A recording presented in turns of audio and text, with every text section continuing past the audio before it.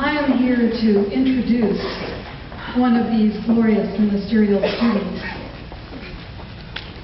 They say good things come in small packages. And Louise, you understand that? Now,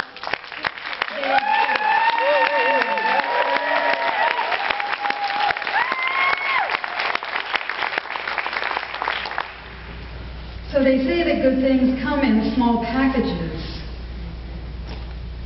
And they also say, don't judge by appearances. So you see Aunt Louise, and she looks like a very demure person. But don't be deceived.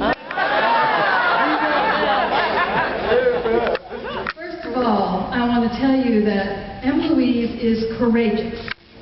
Amen. She is courageous.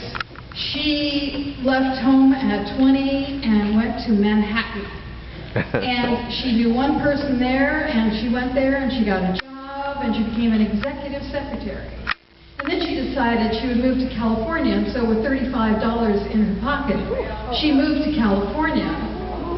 And she said, I've been an executive secretary in Manhattan, I can find a job in San Francisco. And she did. And then she had a transformational experience. Don't we all have one of those? And in that experience, she came to ask herself, what have I done to help the world? What have I done to help the world? And so she began to reassess her life and restructure her life so that she could do work to help in the world. So she began volunteering through her Presbyterian church and helping with tutoring high school kids and middle school kids in the Western Addition in San Francisco. And then she proceeded to do all kinds of other volunteer work with teenagers who were institutionalized up here in Napa. She did work with veterans. She did work with drug addicts.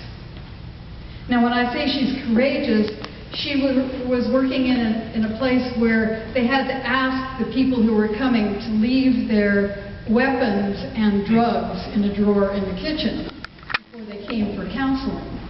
So she was doing peer counseling with folks who were carrying drugs and weapons. She also was in the lounge for the counselors one time when a bullet from somebody in the methadone program next door whizzed through the wall, just missing her head. So she is a courageous person because she was not fazed. She stayed there. She worked there. She kept that work going. So she's had a ministry. She has had a ministry for a long time. But she didn't realize the worth of that ministry until she came to the science of mind. Because that science of mind told her that what she was doing was worthwhile. What she was doing had value. That she was a person of worth. She's also been a person who pursued education forever. When she was back east, she went to Northeastern, she went to Hunter College. Out here, she went to Merritt, she went to City College, she went to San Francisco State. She got a master's degree in marriage and family counseling. She did a creative arts therapy. So you may not know from looking at her that this woman is a belly dancer. And she's not only a belly dancer, but she's a drummer. She plays the tar and the goomba and, yes. What was it? I'm sorry. Doombek. and the tar and finger cymbals. But I mean, she studied this for years. She does all of this, and she is looking for that holistic approach. So it's not just all in the mind, it's in the body. It's in every aspect of being that she brings that ministry forth, that she expresses the soul of her soul in the world.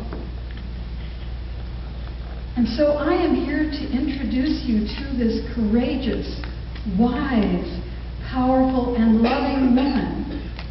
She said one time that she loved being a practitioner because people let me love them. And that's what she does. She loves in her ministry in so many ways. And so this particular field that she has explored in ministry is really just another aspect, an enlargement, an expansion of what has already been true for her. It's just a recognition of the ministry that has already been.